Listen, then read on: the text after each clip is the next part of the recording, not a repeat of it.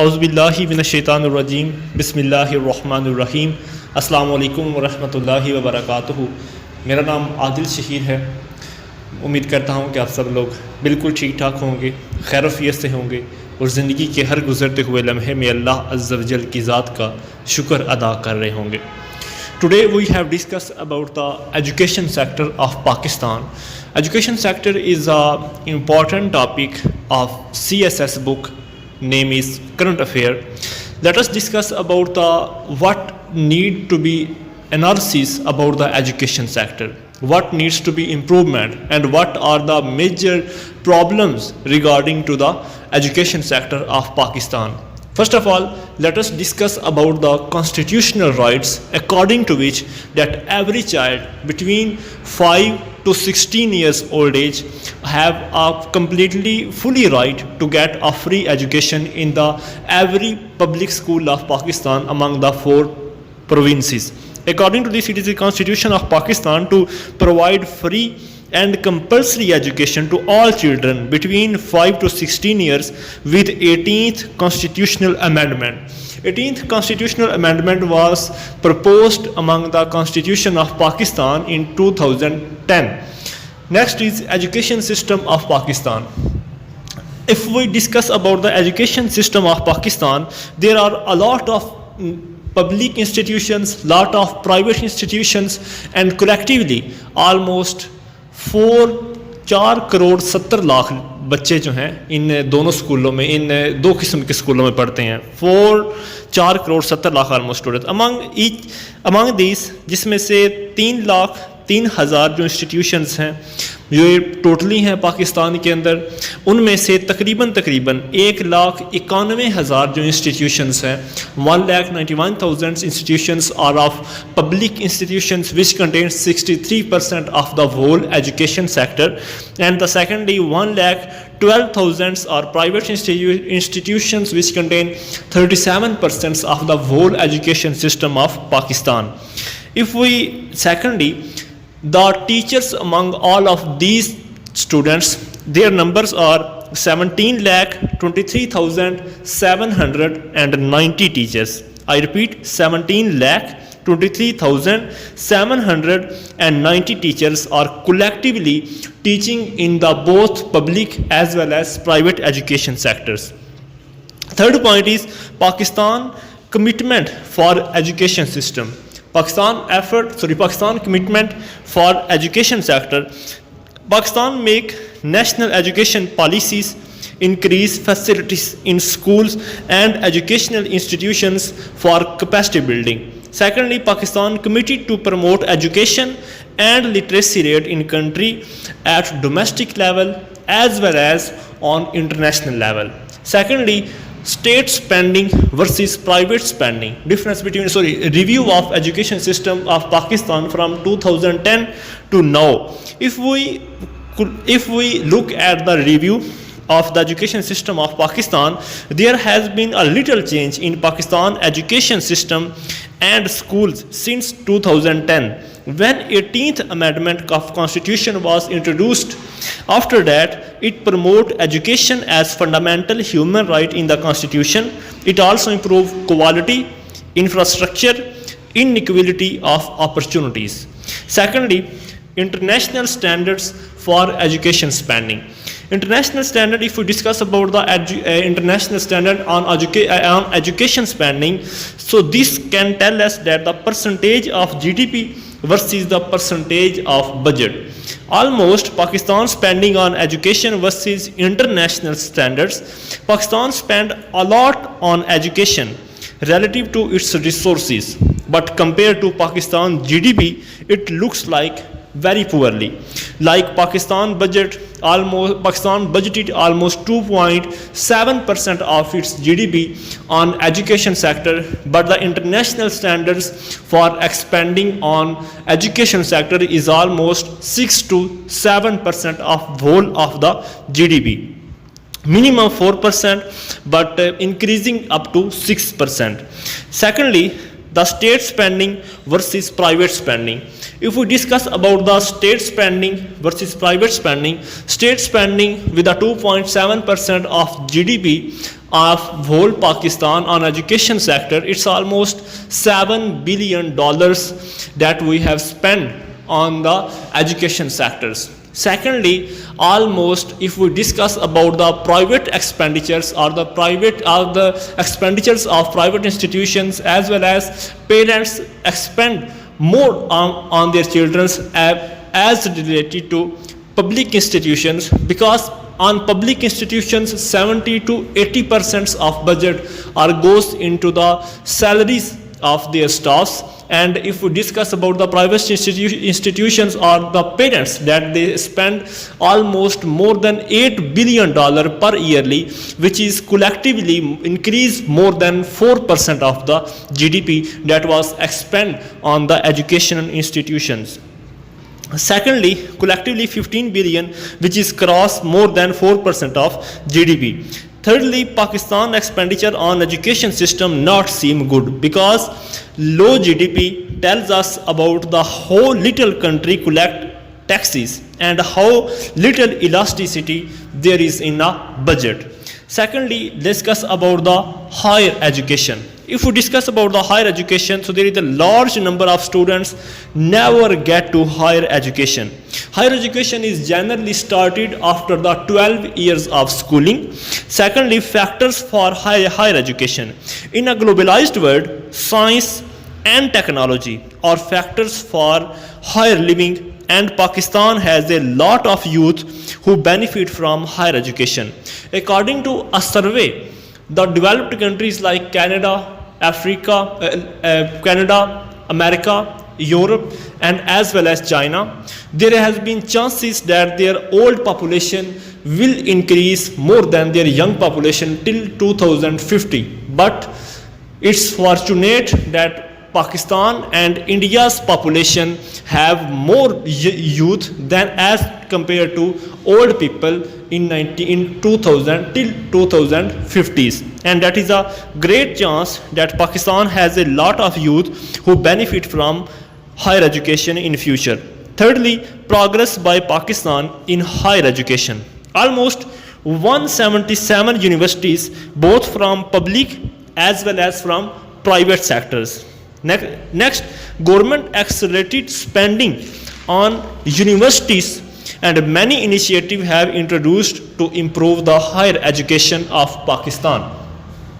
Secondly, if we discuss about the standard setting by Higher Education Commission, HEC, Higher Education Commission, HEC ensure a uniform and quality education in both public as well as private sectors. Secondly, Higher Education Commission improving the quality of meet to the international standards for education sectors, both for public and for private institutions.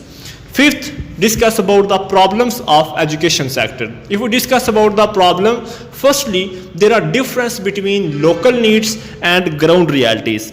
In the heading of difference between local and ground needs, there is a first of all subheading is that our education system is not fulfill our needs, because our education system is segregated and diversified into as compared to our requirements, and it cannot fulfill to our future requirements, or it's a difference between elite class and the other social class, or there is a difference of educations between the elite class people and the poor class people.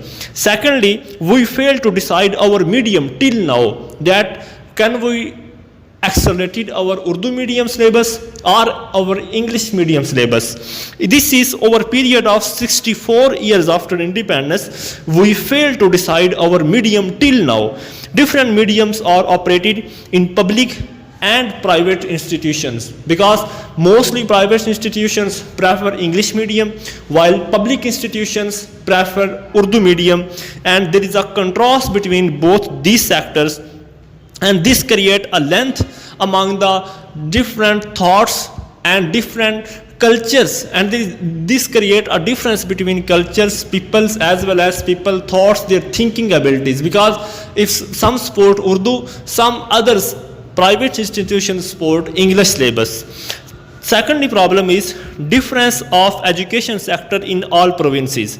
There is a difference of groomed education system between Punjab, difference of education sectors in all provinces. First of all, groomed education system between Punjab and Balochistan, because Punjab have a well infrastructure, a lot of schools as well as public and along with private institutions, but as compared to Balochistan, its ability have its Punjab province is more accelerated as compared to Balochistan, and Balochistan have very low infrastructure, very high ratio of absenteeism of teachers from schools, or there is a great ratio of students into the schools as compared to other schools, and there is also a shortage of teachers among the schools. There is a difference is that Punjab have well infrastructure, it's have greater availability of staff, it also give training program to their teachers as well as students, along with allocation of resources and utilization of resources are better as compared to Balochistan in Punjab, and there is a need to revisit the schools in the province of Balochistan. Secondly, if we discuss about the literacy rate of FATA, there is a very low literacy rate for FATA, almost 29.5% in males and only 3% in females. Third major problem is teacher absenteeism.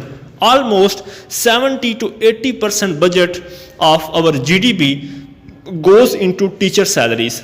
Almost 70 to 80% of budget goes into employee salaries, and mostly among for teachers. Secondly, teacher absenteeism rate.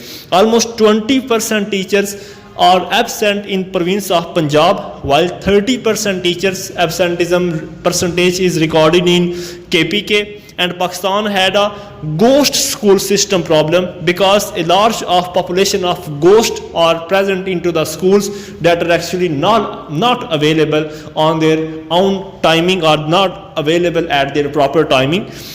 Number fourth is low participation ratio of girls at basic level of education. Low participation ratio of girls at basic level of education. Firstly is gender discrimination. If we discuss about the gender discrimination, that is almost a major cause because of the low participation rate of girls at the basic level of education. Secondly, female and male participation ratio. In primary school, the ratio of boys and girls are respectively 10 for male and 4 for female ratio. Almost 10 ratio 4 is recorded in most of the FATA schools, and that is why there is a literacy rate is very low, only 29.5% for males and 3% only for females. Number 5 point is not promoting technical education. We need to promote technical education as well as vocational training institutions into our Punjab curriculum. And we also need to give some vocational institution or some vocational trainings to those students who get bachelor degrees from different universities, and we need to promote our education sector along with the technical institutions. That's why this is the major need for our industrial promotion and for our development of industries in the Pakistan. If we not promote our technical education, if we not making space in our education system like information technology or other science related subjects, then we must need having space for IT, science and management, and our pupils need to go for higher education of their own choices. Like whatever they want, we must give them those moments, or we must give them chances to promote themselves and promote their country also. Secondly, there is a less focus on technical education. It means that if we not focus on technical education, we must have lesser amount of manpower for industry, and we cannot have a skilled labor for our for our industrial sectors, and we must hire those high skilled laborers from foreign countries like the project of CPAC. Secondly, we need to have, if we cannot promote technical education, then we have lesser finance generation. Number 6, fund for education is very low. Fund for education sectors are very low. First of all, in view by neighboring countries, it increased around 7%. If we look an eagle view, that our neighboring countries are increase their GDP or increase their expenditures on education level up to 7% of their GDP, but our education funds are very low, almost 1.5 to 2.0% of GDP. So because of neighboring countries where 7% of GDP are spent on the education sectors, and we have only spent 2.0% on education sectors of our public institutions. Second problem is, number 7th problem is, government fails to attract potential candidates for teaching, because mostly children or mostly professionals consider that the teaching is a very slow growing profession. And we mostly consider that if a child or if any teacher, he cannot do nothing in his life, so he just trying for to teach in any public institutions for the sake of nothing to do. He just consider it better that if he teach in a public institution, it is better than as compared to if you're doing nothing. So many of us among the youth is considered that teaching is a lesser incentive, slow promotion, and very low benefits. Candidates cannot join teaching with enthusiasm and as an excellent career, because people who do not get job in any other sector of Pakistan, they try their luck in the education system. Number 2 is faults in teachers, because our teachers are not well groomed and they have not enough of proper knowledge about their own subject, or they do not have a subject grip, or they do not have a command on their subject. So that's why they are just going down. So that's why our public institutions are just going down, because of low quality of education and lesser amount of training institutions for our teachers. Second problem is poverty.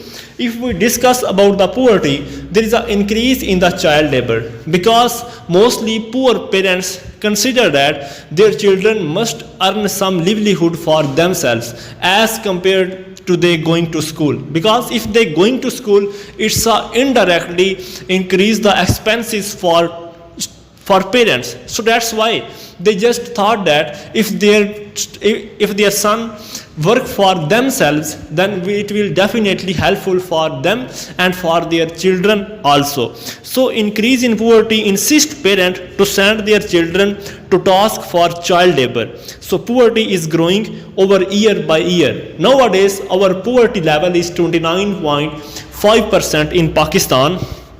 Secondly, poor parents send their children to madrasas. Mostly poor parents send their children to madrasas because they thought that study in madrasas are almost completely free, and so they do not have need to be do for those or for their child. So that's why they just thought that it is far better than to do nothing, so they send their children towards the madrasas. Secondly, if we discuss about that, corruption, because corruption is increased in Pakistan, because we have no accountability and no transparency in our because our NAB, National Accountability Bureau, and our FIA, that are both are federal institutions, or our Ihtisab Bureau, these are all politically interrupted institutions. That's why they are indirectly controlled by our federal government, or interrupted by politicizing, and that's why corruption causes educational policies, plans, and different products to be failed. Secondly, reasons for corruption, because if there are less chances of punishment and less chances of accountability, and when need and greed are combined with opportunity, so there is many chances are increased that there would be definitely corruption takes place in those institutions. So the salaries are low, incentives or increments are too much less, and they are even are uneven, so this increase the corruption among teachers, or they just create or increase absenteeism from schools. Secondly, number 10, social imbalance. There is a division of society into social and economic classes, because our elite class students follow O level or A level, and they will definitely get higher jobs in their futures.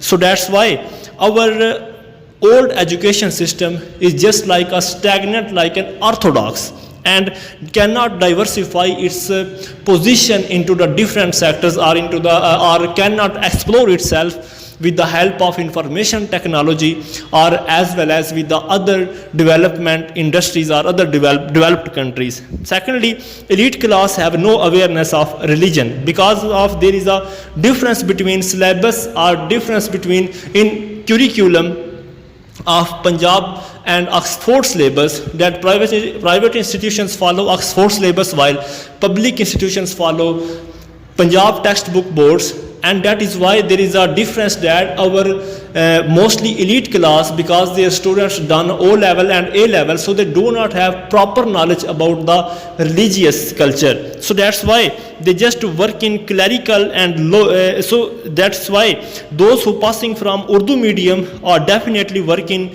clerical as well as on a lower level position.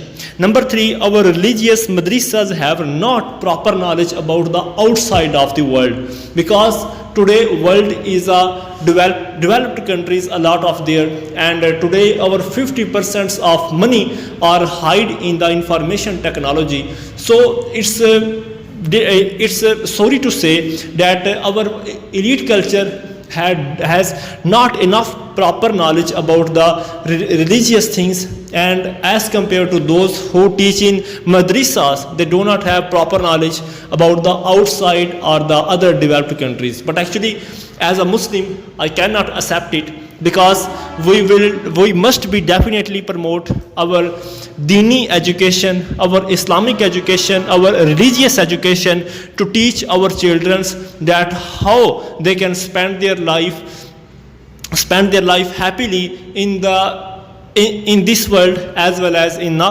domesday. Next one, major contributing factors in schools. Major contributing factors in school that are actually takes place nowadays in Pakistan. First of all, there is a teachers absenteeism. Secondly, there is a poor professional training institutions for teachers, and number 3, there is a old and obsolete method of teaching by teachers towards the students. These are the 3 major reasons or major bad factors in schools. Secondly, increase in dropout rate. There is a lot of children who got admissions into schools are mostly drop out by 45% ratio. That most of children do not get education till they do not complete their matriculation, and they just leave their schools. Almost 45% of children from schools are just leave before completion of their matriculation, and dropout rate goes beyond 45% because of most of educational institutions are having lack of basic facilities, or their teachers absenteeism ratio is very high, or they have poor infrastructure or do not have proper teaching methods. Secondly, our private schools. There is our private institutions enroll more students than any other countries, because private schools have a capacity that they have facilities like that they have a good and more facilities as compared to public institutions. That's why our public or our parents mostly attracted towards the private institutions, because they provide good facilities of teaching, and they have a better teaching staff for their children. Secondly, lack of trust in public sector schools, because of rapid growth like mushrooms of different different private institutions of education sectors or universities or different sorts of private academies. These increasing like a mushroom growth will definitely reflected the parents that they lack of trust in public sector schools. So people mostly are just lose their trust onto the public institutions because they just consider that their students are safe more into the private sectors as compared to public institutions. So that is the causes of the education sectors, that why our education sector cannot promote well enough, so we have a proper knowledge about our for our children, for our next generation. I hope you have understand this topic. Inshallah we will discuss about their solutions in our next lecture. Please subscribe our channel. Thank you for listening.